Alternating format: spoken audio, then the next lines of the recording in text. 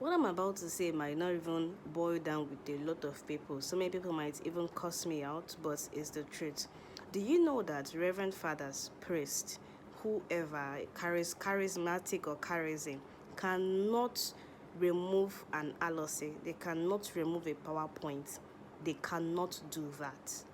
Like, it's mind-blowing when I found those things out, because there's this place in my community. They will say that there's a deity that used to stay there, but the church people came and took it out.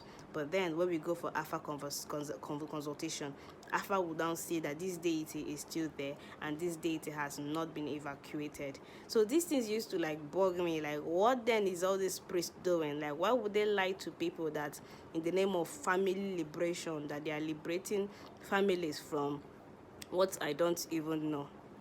So what the priests do here is that the priests or the clergy or whomever, what they do here is they just remove the physical interface, the physical thing that they are seeing, which is the wood, the chunk of wood that they are seeing. They just remove this chunk of wood, and when they now remove this chunk of wood, they'll now lie to people that they've removed the deity or they've destroyed the deity. You cannot destroy a spirit. You cannot destroy what you cannot see. You cannot destroy what has done you no wrong. So when you call people for family liberation, you're just tying yourself and compounding your problem. Now you have to understand that these deities are, they went into some sort of a cosmic contract with our ancestors. Our ancestors never instituted deities because of the thrill of it. They were instituted because our ancestors wanted them to perform a certain function for them. This function is now what occurs or becomes a contract. Now, this function could be because of fertility, it could be because of protection, it could be because of provision, it could be because of any like multitude of reasons why they were instituted. And because they kept to their own end of the bargain, now, our ancestors during those institutions, they never ever imagined that there will be such a time where their generation, their children would look at this interface and look at it as poison and look at it as something that they would want to destroy. So it didn't occur to them to basically select or exclude their generations. So because their intentions towards instituting this PowerPoint is genuine, what they will do and what they will say is that they want you to do this thing for them and their children and their children's children. You see, the intention here is noble. The intention here is good, at least in their mindset as at that time. It's now with this current incursion of colonialism, Christianity, and the rest and other religion, and it's now making people to look at these things as poison, looking at it as something that they don't want to associate ourselves with. Now, what do we do here? You now bring in a priest, a pastor, whomever, to come and desecrate that PowerPoint. Now, those contracts that our ancestors signed or went into as at that time is supposed to protect you, is supposed to provide for you, but because those contracts, your own end of the bargain could be to basically always energize it by killing something for it. That's your own aspect, that's your own part of the bargain. But because you don't do it, the deity becomes malicious. Now, what he's doing is just acting out. He's trying to get your attention. He's trying to make you to understand that you went into a contract with me and you need to fulfill your own part of that bargain. For instance, now, if you have a contract with a friend or somebody, you would want that person to keep to their own part of the bargain, especially when you've kept to your own part of the bargain. So instead of you to find a way to appease or acknowledge PowerPoints like this, you decide to bring a pastor to desecrate that PowerPoint. What it's going to do is it's going to frustrate you and not the pastor.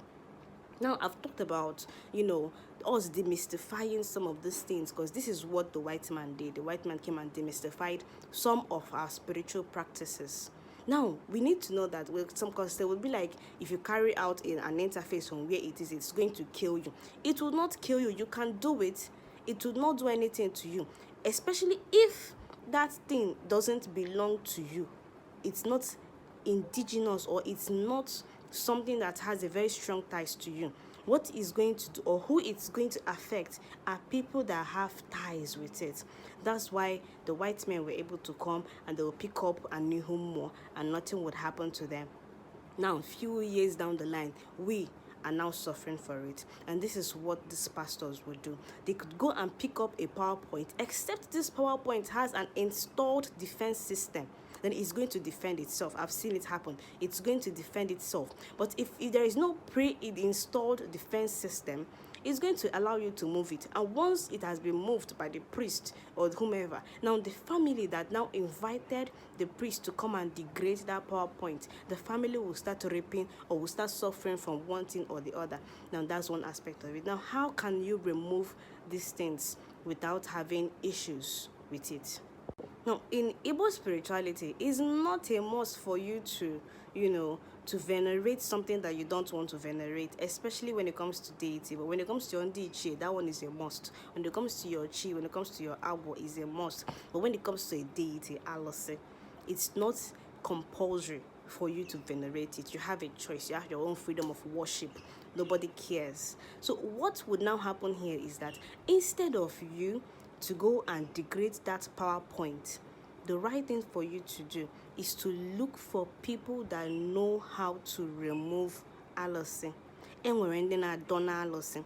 You call those kinds of people. Maybe, for instance, your family probably installed, for instance, an a deity I know as Edo. Now, you want to remove that Edo deity.